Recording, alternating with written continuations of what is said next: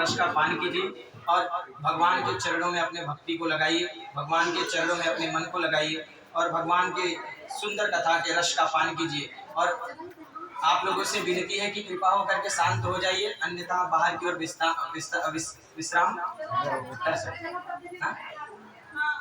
जय श्री राधे। एक समय की बात है, हमारे श्री नारायण जल पर सोए हुए थे। जब सृष्टि का निर्माण कार्य प्रारंभ था, भगवान श्री नारायण जल पर सोए हुए थे। उनके नाभि से निकली कमल, कमल में निकले भगवान ब्रह्मा जी। ब्रह्मा जी जब उतरे नीचे, देखे कोई दिखा नहीं, तो उन्होंने क्या सोचा, सबसे बड़ा राजा कौन, हम ही हैं, हमसे बड़ा कोई राजा इस संसार में अब है नहीं। लेकिन भूले भटके श्री नारायण जी से भेंट हो गई। नारायण से भेंट हुई तो दोनों का वाद शुरू हो गया, मैं बड़ा तो मैं बड़ा। अब जैसे हमारे और पंडित जी में वाद होने लगे कि मैं बड़ा, तो कोई तीसरा आदमी चाहिए ना फैसला कराने के लिए।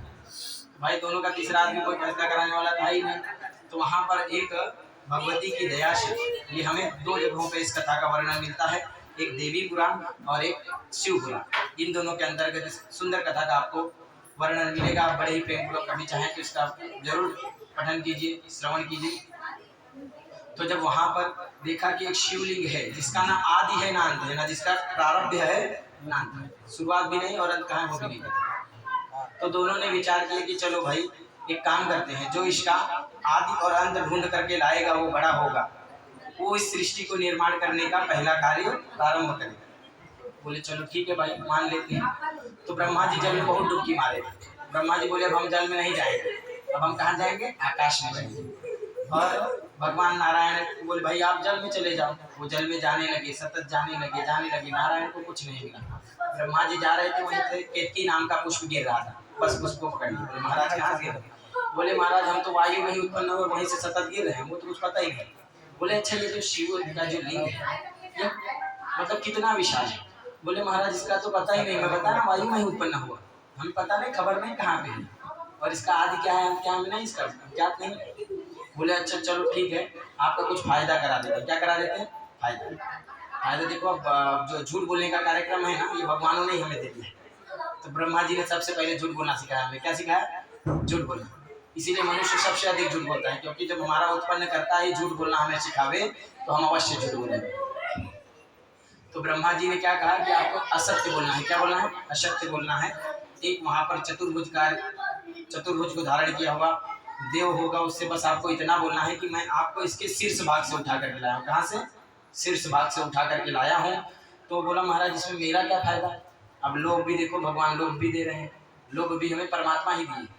तो बोले महाराज जब तुम्हारा फायदा भी बता देते हैं, सबसे पहले तो जब कोई भी पूजन पठन हो तो तुम पुष्पों की सबसे पहले तुम्हें राजा बना दिया जाएगा। तुम अगर उसमें नहीं होगे तो पूजन पूर्ण नहीं होगी। जैसे कि बिगर शंकर जी के कोई भी यज्ञ पूर्ण नहीं होती, उसी तरह से तुम्हारे बिगर पुष्प के कोई भी पूजन पूर्ण मानी नहीं जाएगी। बोले चलो ये तो लाभ की बात है भाई, चलो ठीक है मैं झूठ बोल दूंगा। केतकी के पुष्प को लेकर के भगवान ब्रह्मा जी नारायण के पास में चले आए और नारायण को बोला देखो भाई मैं साक्ष्य के रूप में इसको एक को लेकर के आया हूँ और मैं इनको ऊपर से शीर्ष भाग से लेके आऊँ, अगर पूछना चाहते हो तो इनसे पूछ लो। नारायण ने कहा नहीं, आपने कह दिया तो मैं इसे सत्य मानता हूँ, आप इन्हें उनके ऊपर से ही लेकर के आए हो। जैसे ही नारायण उन्हें प्रणाम करने के लिए झुके, वैसे ही जो शिवलिंग था वह फट गया और उसमें से हमारे कौन आए? भगवान श्री रुद्र जी महाराज आगे प्रकट हो गए। तो जो ब्राह्मण रुद्री करवाते हैं ना, नमस्ते रुद्रमन्यवतैखवे नमः बाहुभ्यां मुक्ते नमः, ये जो रुद्री है ना ये ब्रह्मा जी के द्वारा लिखी है, रचित है। तो भगवान ने जैसे ही देखा कि ब्रह्मा ने गलत काम किया तो तुरंत ही अपने त्रिशूल को छोड़ दिया। बोला ले बेटा तेरा तो कल्याण हो गया। अब ये सतत दौड़ने लगे, भागने लगे, दौड़ने लगे, भागने लगे। अब त्रिशूल पीछा कर रहा है। भगवान नारायण विचार कर रहे हैं कि कुछ नहीं तो ये हमारे अंश से उत्पन्न हुआ है, तो अगर इसका नाश हो जावे तो एक हमारे ही शरीर का खंडन माना जाएगा। तो भगवान ने बड़े ही प्रेम पूर्वक भगवान श्री नारायण, भगवान श्री भोलेनाथ से प्रार्थना किया, रुद्र जी से प्रार्थना किया कि भगवान आपकी दया से, आपकी कृपा से हमारे ही संतान हैं और आपके खूब चाहने वाले हैं, आपकी देखो सतत विनती कर रहे हैं, आपसे प्रार्थना कर रहे हैं, आपसे क्षमा इत्यादि मांग रहे हैं, तो आप उन्हें क्षमा कर दीजिए। तो भगवान ने सबसे पहला उन्हें श्राप दिया, क्षमा तो कर दिया। श्राप क्या दिया कि जाओ आज के बाद आपकी कहीं भी पूजन नहीं होगी। देखो ब्रह्मा की पूजन कहीं नहीं होती ना, ब्रह्मा की पूजन कहीं नहीं होती ना, तो ब्रह्मा जी को श्राप दे दिया कि जाओ, आपका आज के बाद कहीं भी पूजन नहीं होगा। दूसरा श्राप क्या दिया केतकी के पुष्प की, आज के बाद इस संसार में आपका पुनः आगमन नहीं होगा, मतलब केतकी के पुष्प का वहीं पर नाश हो गया। फिर उसके बाद भगवान नारायण को आशीर्वाद दिया कि आपने सत्य बोला तो आज से आपका एक और नाम होगा श्री सत्यनारायण। बोल श्री सत्यनारायण भगवान की जय। फिर उसके बाद आशीर्वचन क्या दिया कि आज के बाद कोई भी जातक इस स्वरूप में आपकी सेवा करेगा, पूजन करेगा, उसे मैं पूर्ण फल प्रदान करूंगा। मतलब आप सेवा किसकी करते हो? नारायण की। स्वीकार नारायण करते हैं, लेकिन फल देता कौन है? हमारा भोला भंडारी देता है, बहुत प्रेम पूर्वक देता है। तो इस प्रकार से भगवान श्री सत्यनारायण का नाम सत्यनारायण पड़ा और पूजन करने का संपूर्ण फल आपको प्राप्त होता है। इस प्रकार से आपका प्रथम अध्याय पूर्ण होता है। बोल श्री सत्यनारायण भगवान की जय। माधव मोहन घनश्याम की जय।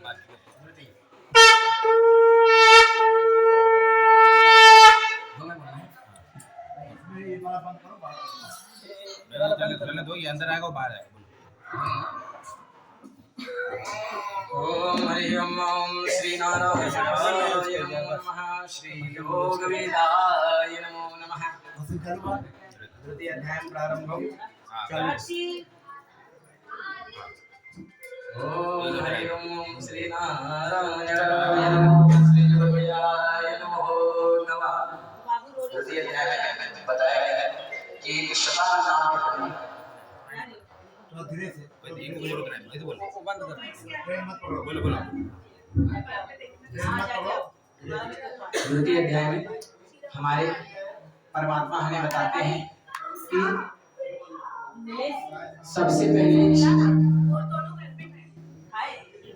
सबसे पहले हमारी सेवा की किसने और उसे किस फल की प्राप्ति हुई। तो बताते हैं कि एक शतानंद नाम के ब्राह्मण थे, बड़े ही दरिद्र ब्राह्मण थे। नित्य दिन उठते, भिक्षा मांगते, भिक्षा से जो भी धन की प्राप्ति होती उससे बड़े ही प्रेम पूर्वक अपने परिवार का, अपने गृह का पालन पोषण इत्यादि किया करते थे। भिक्षा का जब पान कर लिया करते थे, लेकिन उनके घर में नित्य दिन भिक्षा मांगने पर भी अन्नपूर्णा महारानी प्रसन्न नहीं रहती। तब बेचारे उन आधे ही पेट रह जाते। एक दिन निराश होकर के वट वृक्ष के किनारे बैठ गए, मन में विचार करने लगे कि अगर यह मेरा शरीर का परित्याग भी हो जावे तो कोई फर्क पड़ने वाला नहीं है। जो अपने परिवार का, अपना स्वतः का भरण पोषण नहीं कर सकता हो, उसके इस शरीर का कोई अर्थ नहीं है। ऐसा विचार कर रहे थे तो हमारे परमात्मा श्री नारायण ने देखा कि कोई जाति, कोई ब्राह्मण उसकी क्षुधा शांत नहीं हो रही है, इस कारण अपने शरीर का परित्याग कर रहा है, तो इससे बड़ा कोई कष्ट का कारण नहीं होगा। तो परमात्मा ने एक सुंदर ब्राह्मण का स्वरूप बनाया और उस ब्राह्मण के पास में जाकर के विराजमान हो गए और कहने लगे कि ब्राह्मण देवता आप इतने निराश क्यों हैं? तो ब्राह्मण अपनी आप बीती पूर्ण बता देता है नारायण को। ब्राह्मण स्वरूप नारायण को बताता है और कहता है कि नारायण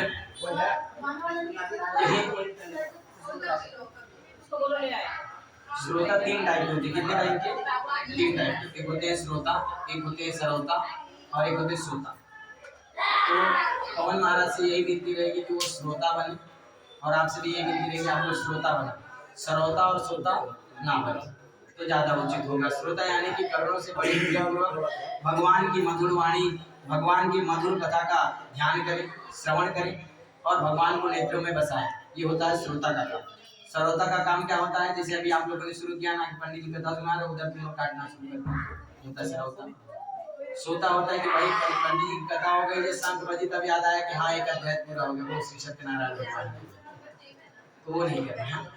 बड़े ही प्रेम पूर्वक कथा का पालन करेंगे तो भगवान को अपनी सारी आप बीती बता देता है। वो ब्राह्मण कहता है महाराज ऐसी ऐसी बात है, नित्य दिन भिक्षा मांगता हूँ परंतु मेरी क्षुधा शांत नहीं होती। तो भगवान ब्राह्मण स्वरूपी नारायण ने बताया कि आप एक काम कीजिए, आप भगवान श्री सत्यनारायण की सेवा कीजिए, उनकी पूजन पठन कीजिए, आपको हो सकेगा तो जो आपकी दरिद्रता है यह संपूर्ण नाश हो जाएगी और आपका जो क्षुधा है वो अवश्य भरेगा। यह परमात्मा इतना तो अवश्य करते हैं। परमात्मा में क्या करते हैं?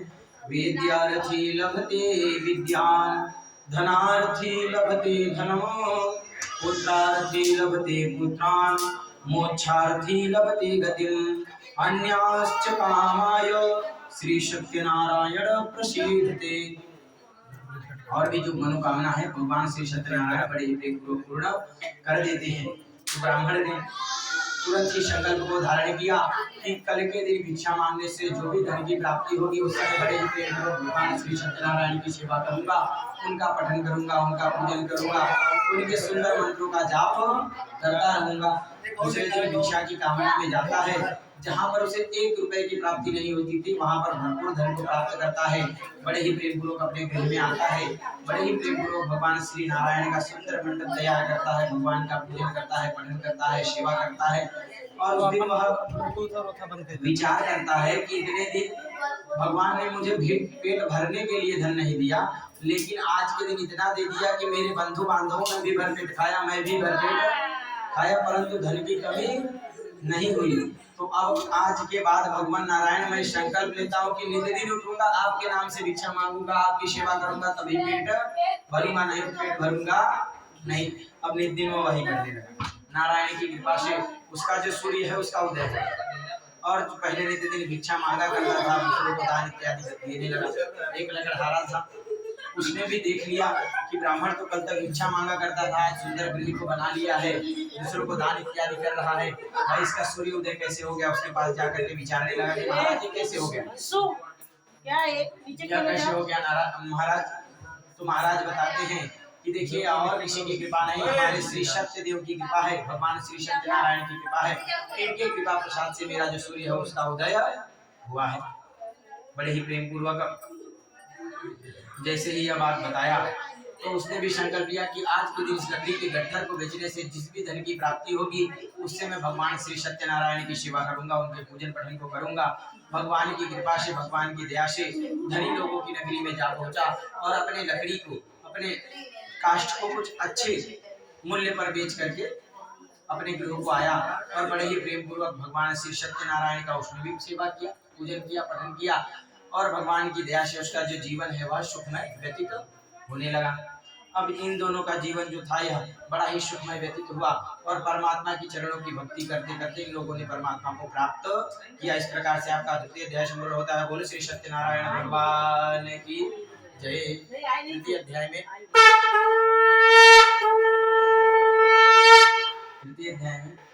एक उल्का मुख नाम के राजा थे। वह अपने प्रजा का पालन पोषण बड़ी प्रेम पूर्वक किया करते थे। भद्रशिला नदी के किनारे जाकर के विराजमान हुए और भगवान श्री नारायण की सेवा वहां पर कर रहे। वहीं पर एक साधु नाम का जो बढ़िया है व्यापारी है जा रहा था। उसने देखा कि कोई राजा भगवान की सेवा कर रहा है, प्रसाद देने के लिए रुक गया। सेवा इत्यादि संपूर्ण हुई। राजन के जब गण उसके पास आए प्रसाद लेकर के, तो प्रसाद को जैसे उन्होंने लिया, थोड़ी सी जिज्ञासा हुई तो बोले महाराज एक प्रश्न पूछ सकता हूँ। बोले क्या प्रश्न है? बोले महाराज आप इतना धन दान इत्यादि क्यों खर्च कर रहे हो, कोई विशेष आयोजन? बोले महाराज कोई विशेष आयोजन नहीं, परमात्मा की दया से हमारे गृह में संपूर्ण चीजें हैं जो मुझे चाहिए। मेरी जो प्रजा है मुझसे बड़ी प्रसन्न है। मैं आरोग्यता को प्राप्त किया हूँ, मेरे पास में आरोग्यता है, मतलब रोग इत्यादि मेरे शरीर में नहीं है। भगवान की दया से, भगवान की कृपा से धन धान इत्यादि भरपूर है, राज्य भी भरपूर है, राज्य की भी कमी नहीं। भगवान मेरे पास में किसी भी चीज की कमी नहीं है। कमी मात्र एक ही चीज की है कि मेरे यहाँ कोई संतान नहीं, इस राज्य को चलाने वाला कोई नहीं। इसीलिए मैं संतान प्राप्ति के लिए भगवान श्री सत्यदेव की सेवा कर रहा हूँ, श्री सत्यनारायण की सेवा कर रहा हूँ।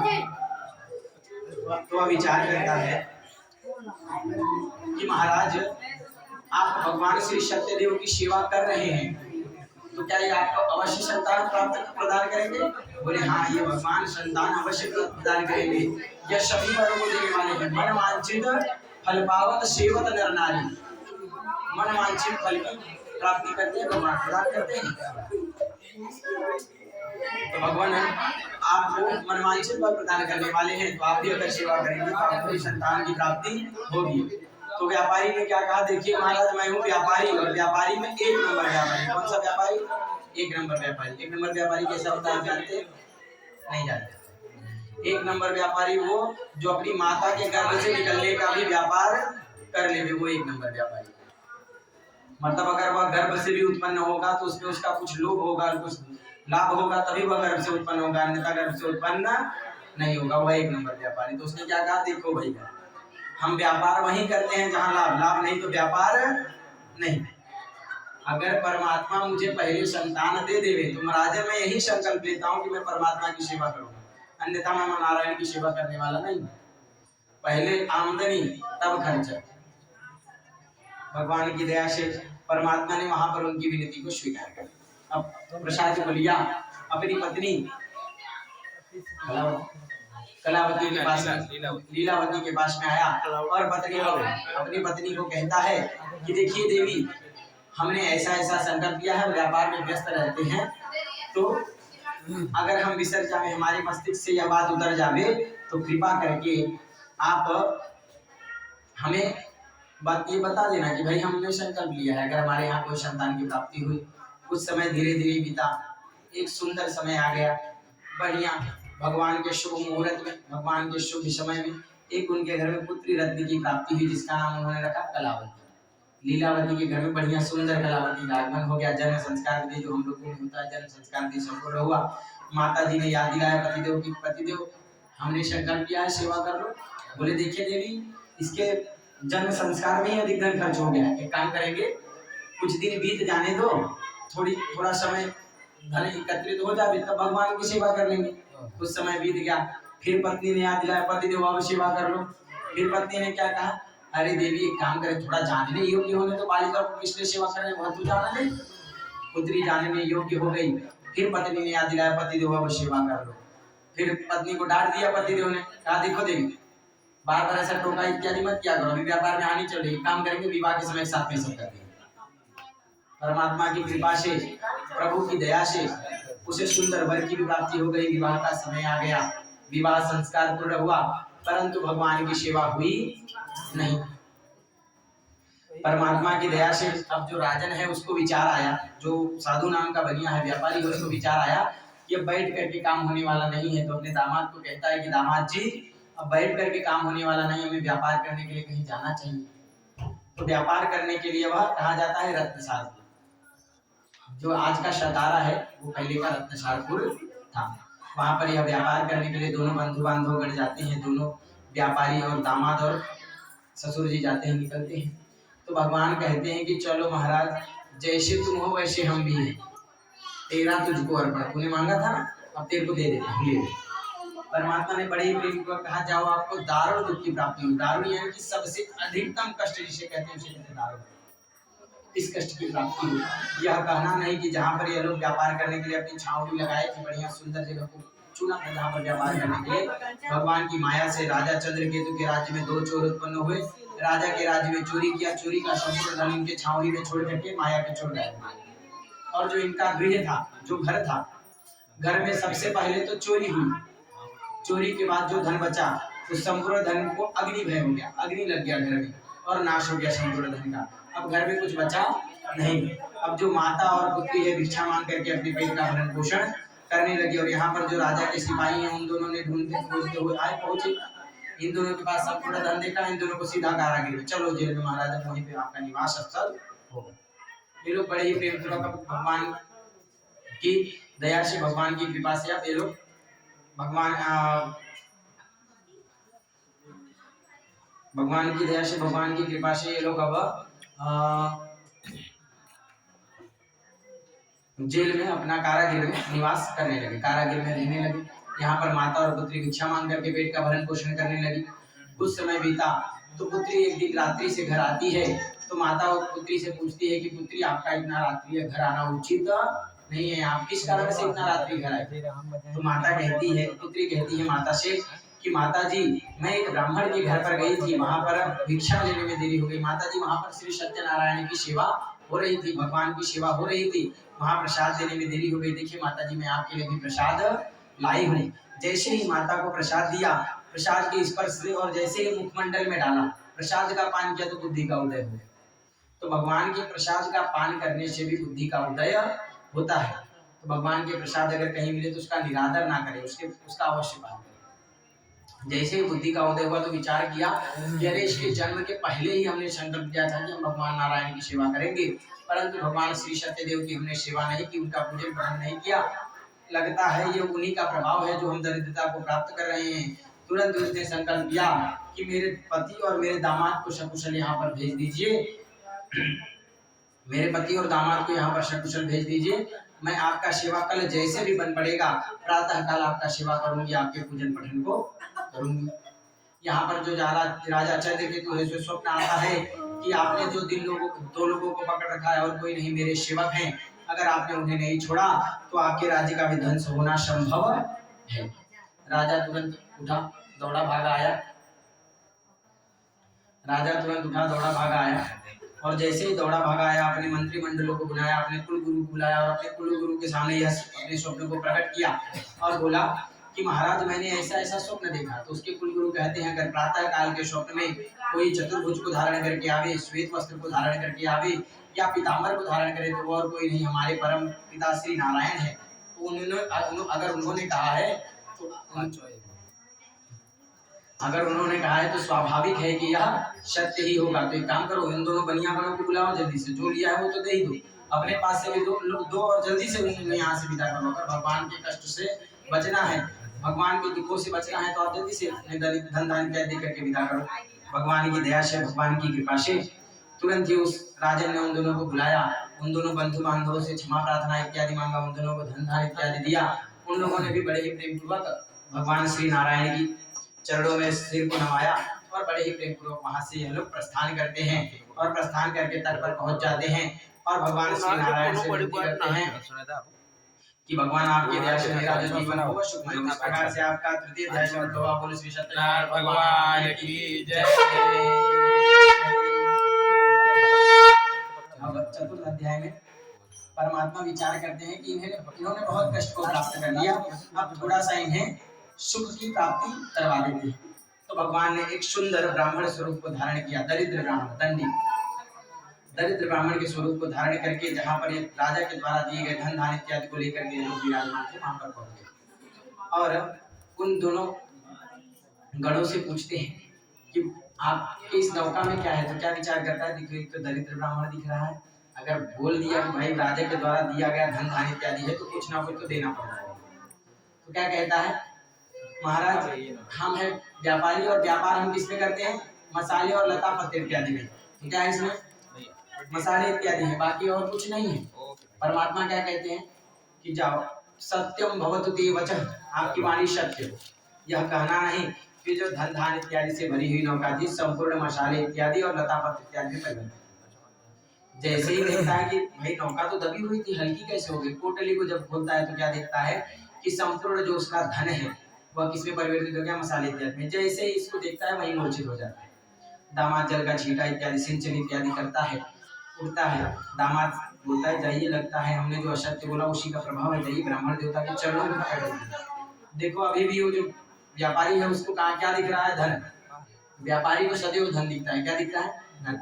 भगवान के चरणों में गिर गया, क्या कहता है उनसे, मुझे मेरा धन चाहिए। ये नहीं पूछ रहा है आप कौन हो, आपके बोलने मात्र से अगर कोई चीज धन किसी भी चीज में परिवर्तित हो जाता हो तो वह कौन होगा, कोई विशेष व्यक्ति होगा, तो भी वह उनके चरणों में ही गिरा रहता है और अपने धन को ही सतत मांगता है कि भगवान मेरे धन को मुझे प्रदान कर दो।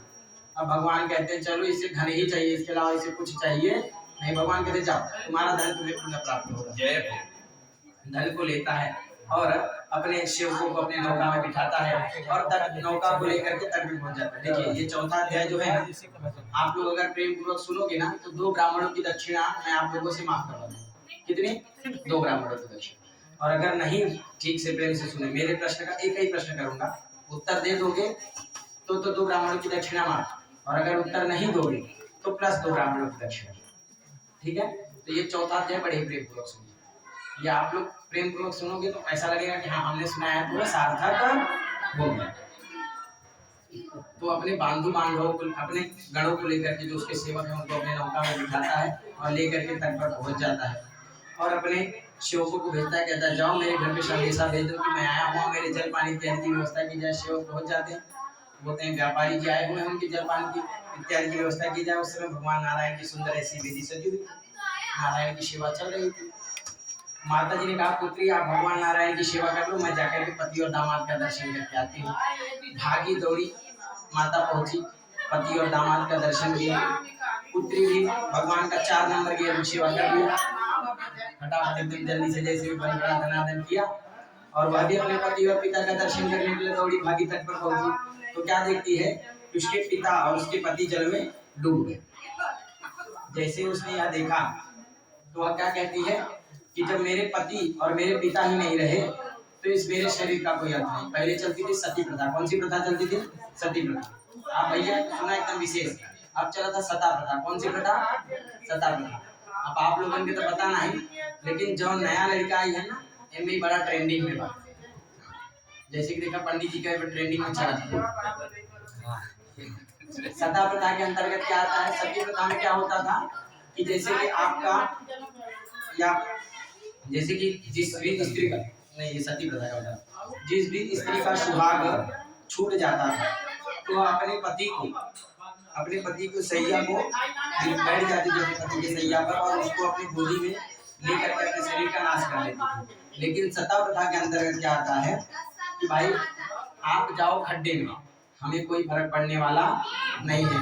ब्यूटी पार्लर का खर्चा टाइम टू टाइम चाहिए, शॉपिंग के लिए टाइम पे लेके जाना है, और भाई जो मेरा खर्चा है संपूर्ण आपको टाइम टू टाइम देना है। अगर ये आप नहीं दे सकते हो तो फिर विवाह नहीं करोगे। पहला यही आता है ना टर्म एंड कंडीशन, भाई लड़का कितना कमाता है और भाई मुझे शॉपिंग मॉल में लेके जाएगा कि नहीं लेके जाएगा, मुझे घुमाएगा टहलाएगा कि नहीं। मतलब आप कमाओ मत कमाओ लेकिन मुझे ये चाहिए, ये सता प्रथा। मतलब हम कॉम्प्रोमाइज करेंगे नहीं। लेकिन पहले की अर्धांगिनियां जो थी वो कॉम्प्रोमाइज करती थी कि हाँ चलिए भाई हमारे पति हैं, कष्ट में हैं तो थोड़ा हम भी कष्ट को प्राप्त करें। लेकिन अब कष्ट के जैसे ही कष्ट आया कि डिवोर्स वाला सिस्टम आता है। तो कृपा करके आप लोग सती प्रथा को ही मान्य करें और भगवान की दया से, भगवान की कृपा से अपने पति का सहयोग बने, बल बने, और परमात्मा की दया से उनकी सेवा में सदैव आप लोग परिपूर्ण निपुण वहां पर विराजमान है। तो ये होती है सती प्रथा। तो उसने तुरंत संकल्प लिया कि मेरे पति ही नहीं रह गए तो मैं अपने शरीर का परित्याग कर दूंगी। तुरंत ही अपने शरीर को जलाने के लिए लकड़ी इत्यादि एकत्रित करने लगती है। तो उसकी माता और उसके पिता मन ही में विचार करते हैं कि महाराज अब हमने ऐसा कौन सा बड़ा कष्ट कर दिया, ऐसा कौन सा बड़ा दुख को प्राप्त कर दिया कि मेरे समक्ष ही मेरी पुत्री अपने शरीर का परित्याग कर रही है। तो ऊपर से आकाशवाणी होती है कि आपकी पुत्री ने और आपकी पत्नी ने मेरे प्रसाद का तिरस्कार किया है। अगर यह जावे और प्रसाद का पान करके आवे तो इसके पति और इसके पिता इसे सकुशल प्राप्त हो जाएंगे। जैसे ही इस आकाशवाणी को पुत्री सुनती है दौड़ी भागी मंडप में पहुंचती है। मंडप में जाती है, भगवान नारायण को नमस्कार करती है, क्षमा प्रार्थना इत्यादि भगवान से प्राप्त करती है। प्रसाद का पान करके आती है तो क्या देखती है कि उसके पिता और उसके पति वहां पर सकुशल उपस्थित है। अब इसमें प्रश्न है, बड़ा ही प्रेम पूर्वक सुनिएगा, दक्षिणा वाली बात। जय श्री राधे। आपको इस कथे में कोई भी डाउट आया कि पंडित जी ने कुछ गलत सुनाया या कुछ अगड़म बगड़म ऐसा नहीं डाउट आया? डाउट आने वाला है, दोनों जन आपस में विचार विमर्श कर लो, नहीं तो दक्षिणा डबल वाली बात चल कोई डाउट नहीं है? तब आप लोग सो रहे थे पक्का। आप जनता जनार्दन आपके लिए भी प्रश्न है। आप लोगों को पैसा बांटा जाएगा और नहीं बताओगे तो फिर देख जाना पड़ेगा, गोली गिरना पड़ेगा। 100 रुपए का डिमांड है, ठीक है? आप लोगों को कुछ ऐसा लगा कि कुछ हमने बोला और आपको समझ में नहीं आया, तब आप लोग भी सो रहे थे। जय श्री राधे। हमने क्या कहा कि नौका जल में डूब गई। हमने क्या कहा? नौका जल में डूब गई, पहला। उसके बाद हमने ये भी कहा कि माता और पिता दोनों विचार क्या कहते हैं कि मेरी पुत्री मेरे समक्ष अपने शरीर का त्याग कर रही है। तो जब पिता जल में डूब गया है तो कैसे कर सकता है? मतलब आप लोग सोए नहीं, अभी आ गया ना, अब डबल और नहीं। पंडित जी चाहे गलत कहे चाहे सही कहे, हमने लगा वाला पलट दे आज भैया, हम तोरन में टोके के ना पूछ तू गलत कह रहा था, हमारी की बात पलट दे क्या बस विश्वास के साथ बैठे हुए नहीं, गलत नहीं है सब। आप गलत कह रहे तब हम अब दूसरा, चलिए अब आनंद दीजिए, कथा का आनंद दीजिए। जय श्री राधे। दूसरा क्या है? दूसरे में देखिए मैंने ये भी कहा एक बार कि जो दामाद और जब तट पर पहुंच जाते हैं तब शिव को पूछते हैं। तट पर पहुंच गए तो नौका डूबने का कोई प्रश्न आता ही नहीं है। तो सिर्फ यही होता है कि वो लोग जल में डूबे ही नहीं थे। तो भगवान से जीतना है तो हमें क्या करना पड़ेगा? भगवान के चरणों में जाना है, क्योंकि भगवान की माया इतनी प्रबल है कि हमें वही दिखाती है जो हमें देखना है। तो भगवान की माया से बचना है तो भगवान के चरणों की भक्ति को लो, भगवान के चरणों में चले जाओ और भगवान को तेरा तुझको अर्पण क्या लागत में, मैं भी तेरा ही हूँ और ये संपूर्ण संसार तेरा है, ये मेरा धन भी जो है वो संपूर्ण तेरा है भगवान। तो तू अपने हिसाब से करने दे तुझे। तो अगर इस भाव से रहोगे तो भगवान कभी भी आपको वह चीज नहीं दिखाएंगे जो आपको नहीं देखना है, वही दिखाएंगे जो आपको देखना हो। संतान की वृद्धि, सदा अच्छे अच्छे कार्य करना, घर में सदा शुभ मंगल कार्य होना, ये सभी चीजें भगवान आपको दिखाएंगे। इस प्रकार से आपका पंचम अध्याय जब यह सब देख लेते हैं तो वो लोग भगवान को प्रणाम करते हैं। जैसे ही वो अपने माता पिता को देख लेती है तो भगवान को प्रणाम करती है कि परमात्मा आपकी दया से मेरे पिता और मेरे पति मुझे सब कुशल प्राप्त हो गए। अब जो साधु नाम का बनिया है वह पुनः संकल्प को धारण करता है कि भगवान आज के बाद मैं कभी संकल्प को धारण नहीं करूंगा। क्या कहता है कि आज के बाद मैं कभी संकल्प को धारण नहीं करूंगा, परंतु भगवान जैसे भी मन पड़ेगा, अगर मैं कोई व्यापार करूंगा, अगर मेरे मस्तिष्क में आ गया तो मैं आपकी पूजा करूंगा, व्यापार से लौटने के बाद भी मैं आपकी सेवा करूंगा। इस प्रकार से भगवान के चरणों में अपने सिर को नवा करके अपने संपूर्ण जीवन को भगवान के चरणों में अर्पण कर देता है। इस प्रकार से आपका चतुर्थ अध्याय संपूर्ण होता है। बोलो श्री सत्यनारायण भगवान की जय। अभी मैं बोलूंगा सुंदर भजन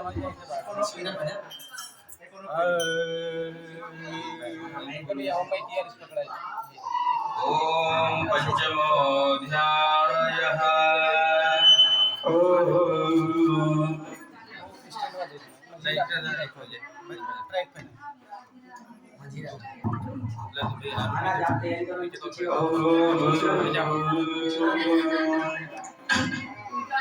भगवान से सुंदर प्रार्थना। प्रभु अभी तक तो मेरा जीवन सुखमय बना के रखा है, आगे भी सुखमय ही बनाए। भगवान मेरी नैया उस पार लगा देना, भगवान मेरी नैया उस पार लगा देना, भगवान मेरी नैया उस पार लगा देना। अब तक तो निभाया है, आगे भी निभा देना, अब तक तो निभाया है, आगे भी निभा देना। दीनानाथ दीनानाथ मेरी नैया भव पार लगा देना, दीनानाथ मेरी नैया भव पार लगा देना। आपसे कृपा है कि मैं अपना हाथ आपको नहीं पकड़ा, मैं आपका हाथ नहीं पकड़ रहा हूँ, अपना ही हाथ आपको पकड़ा रहा हूँ, क्योंकि मैं तो बहुत स्वार्थी हूँ। जब भी दिल करता है कभी ये भगवान पे चलता हूँ, तो कभी वो भगवान पे। आप ही मेरा हाथ पकड़ लीजिए।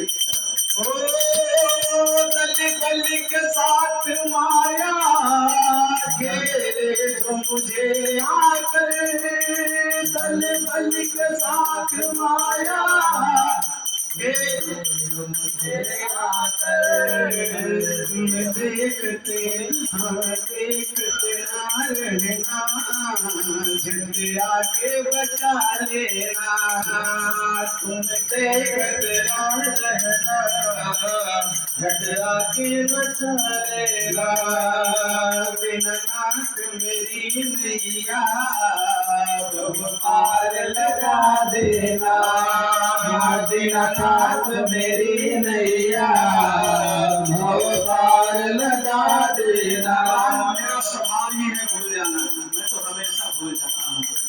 ओ संभव है झंझटों में मैं तुमको भूल जाऊं, संभव है झंझटों में मैं तुमको भूल जाऊं। दीनानाथ दया करके हमको न भुला देना, दीनानाथ दया करके हमको न भुला देना। जीवन में आप परीक्षा लेते हैं, कभी कभी जब भक्त परीक्षा लेगा तो भारी पड़ जाएगा। कैसे? ओ तुम देव मैं पुजारी, तुम ईश मैं उपासक, तुम देव मैं पुजारी, तुम ईश मैं उपासक। बात अगर सच है, सच करके दिखा देना,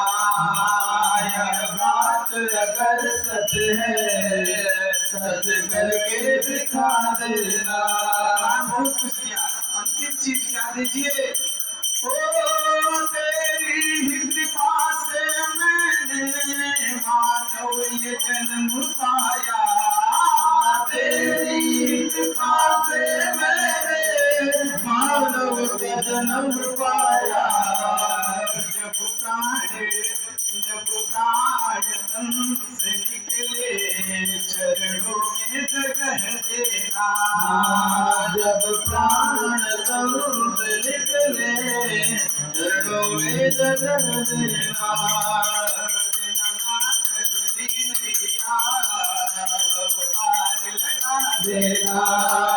दीनानाथ मेरी नैया भव पार लगा देना। आदिदेवं जगत्कारणं श्रीधरं लोकनाथं देवं व्यापकं शंकरं सर्वभक्तिशतं मुक्तिदं माधवं भजे नारायणं विष्णुमेकं भजे भगवान् नैनाथ मेरी नैया भव पार लगा देना। भगवान मेरी नैया भव पार लगा देना। अब तक तो निभाया है आगे भी निभा देना। अब तक तो निभाया है आगे भी निभा देना। ओम श्री राधा कृष्णाय नमः। श्री जानकी वल्लभाय नमः।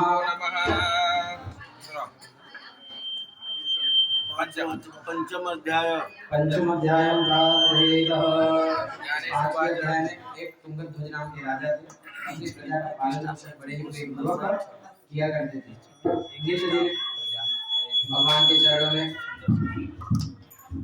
नित्य दिन भगवान के चरणों में शीश नवाते थे। भगवान की कृपा से उनका जीवन सुखमय बीत रहा था।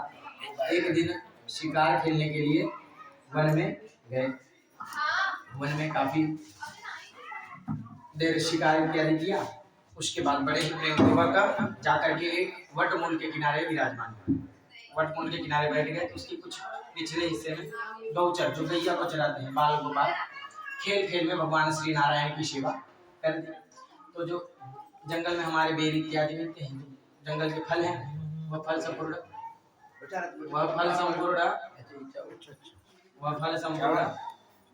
लाया और राजा के पास दिया कि राजन ये भगवान का प्रसाद है, आप इसका पान के लिए। तो राजन ने जैसे ही उस प्रसाद को देखा तो क्या कहा कि मैं इतना बड़ा राजा ये सब फलों का खाऊं, ये सब फलों का भोग लगाऊंगा। तुरंत प्रसाद का तिरस्कार करके अपने राज्य की ओर प्रस्थान करता है। जब अपनी राज्य में पहुंचता है तो क्या देखता है कि उसकी राज्य जो है वो दूसरे राजा ने जीत ली है।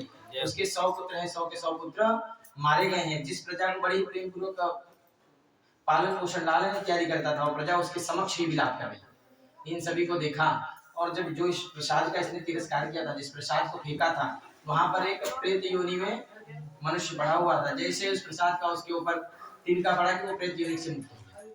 जैसे वो प्रेत योनि से मुक्त हुआ तो सोचा कि भाई जिसके कारण मेरा कल्याण हुआ है उसको कुछ ना कुछ को ज्ञान देना बनता है। राजन के पास गया, बोला राजन जिस प्रसाद का आपने तिरस्कार किया उस प्रसाद को पाने मात्र से मैं प्रेत योनि से मुक्त हो गया और मैं परमात्मा के चरणों को प्राप्त कर रहा हूँ। आपका और किसी के कारण नहीं, जो आपने प्रसाद का तिरस्कार किया इसी के कारण आपके राज्य का नाश हुआ है। एक काम करो, आप वहां पर जाओ, उन बाल गोपाल से क्षमा प्रार्थना इत्यादि मांगो और परमात्मा से क्षमा प्रार्थना इत्यादि मांगो। हो सकेगा तो आपका राज्य आपको पुनः प्राप्त हो जाएगा। तुरंत ही जो राजा है दौड़ा भागा कहाँ पर पहुंचता है, भगवान के चरण में पहुंचता है और वहां पर भगवान से क्षमा प्रार्थना इत्यादि मांगता है। भगवान का सविधिवत भगवान का वहां पर सेवा करता है। सेवा करके भगवान के प्रसाद के सुंदर प्रसाद का पान करता है। पुनः आता है तो क्या देखता है, उसकी राज्य जैसी की तैसी वहां पर विराजमान है। राज्य की जैसी की तैसी पाता है तो भगवान को प्रणाम करता है और अपने राज्य में एक ढिंडोरा पिटवाता है। क्या पिटाता है? ढिंडोरा पिटवाता है कि आज के बाद जिसको भी भगवान नारायण की सेवा करनी हो उसे राज्य में जो भी धन का खर्च आएगा आधा धन का खर्च राज्य कोष से दिया जाएगा। इससे जो उसका बल है वह और बढ़ने लगा, परमात्मा की कृपा उसके ऊपर और बढ़ने लगी और उस जीवन को बड़े ही प्रेम पूर्वक उसने जिया और परमात्मा के चरणों को प्राप्त कर लिया। देखिए अब हमने आपको 5 अध्याय सुनाए। कितने अध्याय सुनाए? 5। तो अभी हमने आपको 5 अध्याय सुनाए, आपने श्रवण किया कि नहीं किया हमें उसका ज्ञान नहीं है, परंतु अब आपको मैं बता देता हूँ। बजाओ हो पूरा बताना है इसमें। बजाओ। देखिए तो अब फल की प्राप्ति कैसे हुई? पहले सबसे पहले किसने सेवा किया? ब्राह्मण ने सेवा किया। अगले जन्म में कौन हुआ? सुदामा नाम का ब्राह्मण हुआ। उत्पन्न दरिद्र हुआ। उत्पन्न क्या हुआ? दरिद्र हुआ। भगवान के साथ में बढ़िया भिक्षुओं जैसा कांड किया, बढ़िया। भगवान के पास में भी गया तो लाचार बन के गया। फटी धोती, हाँ, फटा गमछा और चोरी से क्या गठिया के गया था? 1 मुट्ठी चावल, 3 मुट्ठी चावल थी उसमें।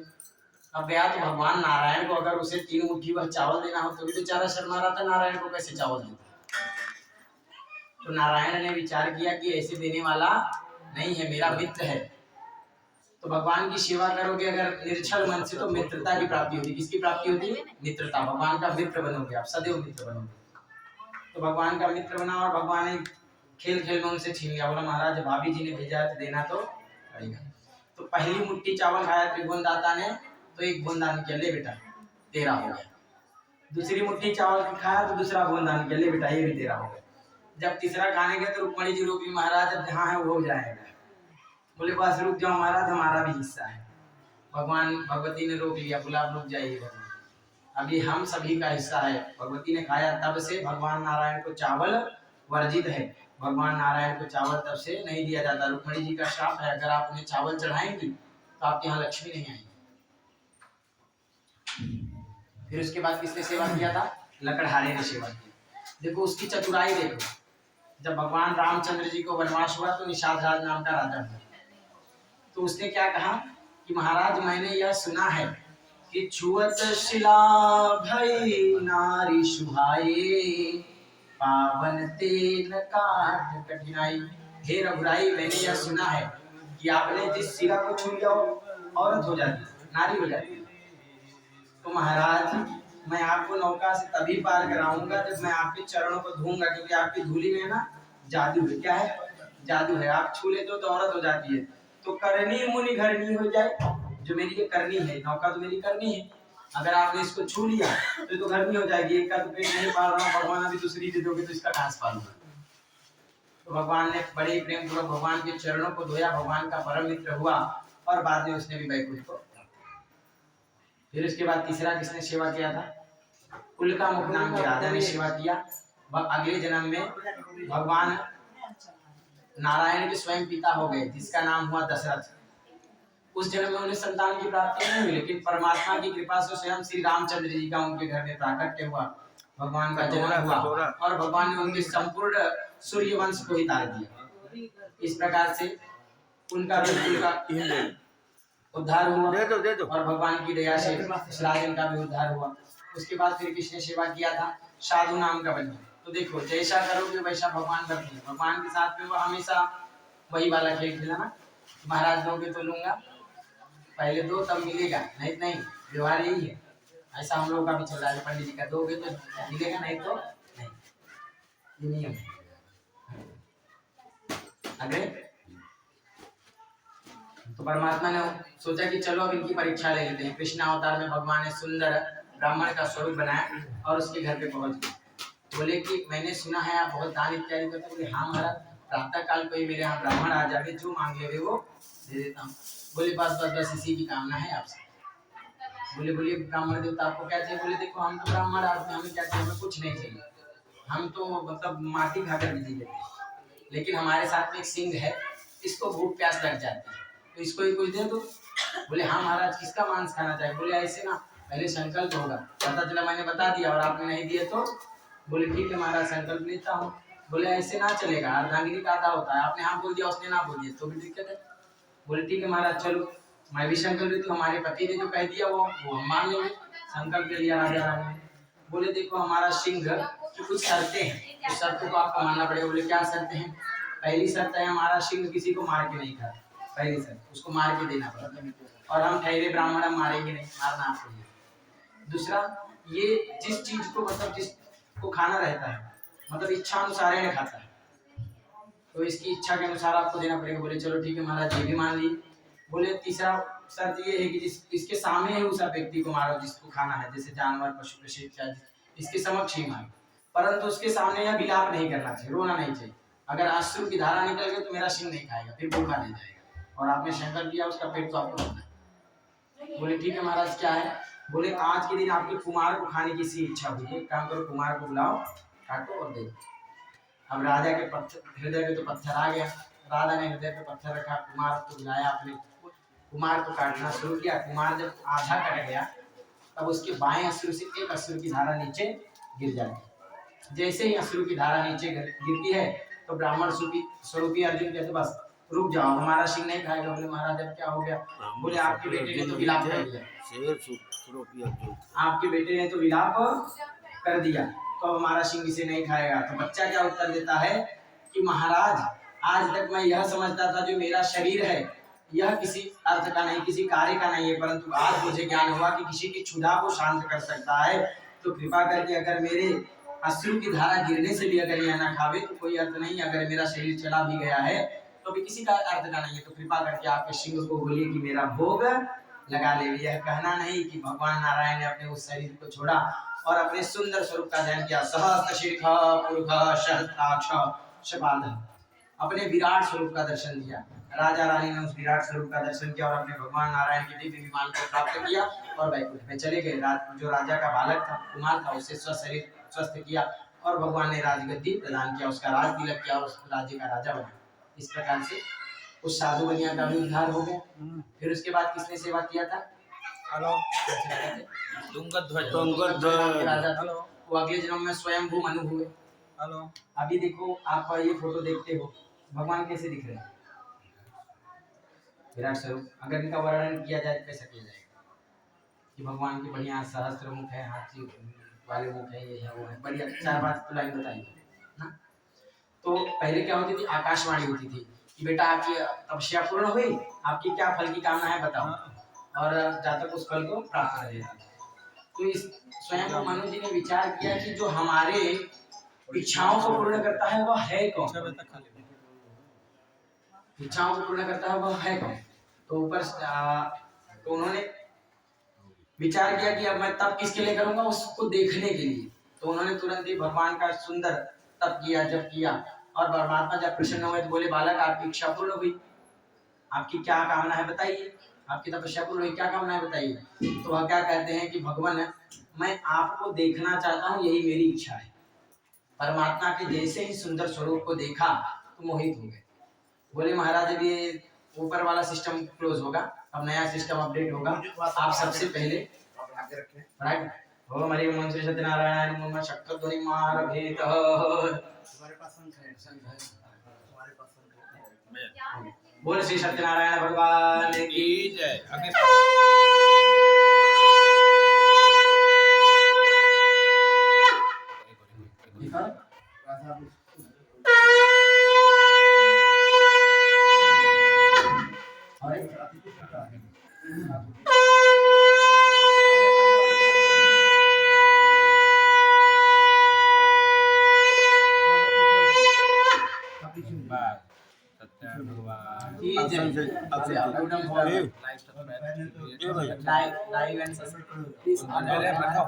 अगर आपको हमारा वीडियो अच्छा लग रहा है तो कृपया करके आप हमें लाइक और सब्सक्राइब जरूर करें और सनातन कर्म के रहस्य इस चैनल पे जाकर के लाइक करें।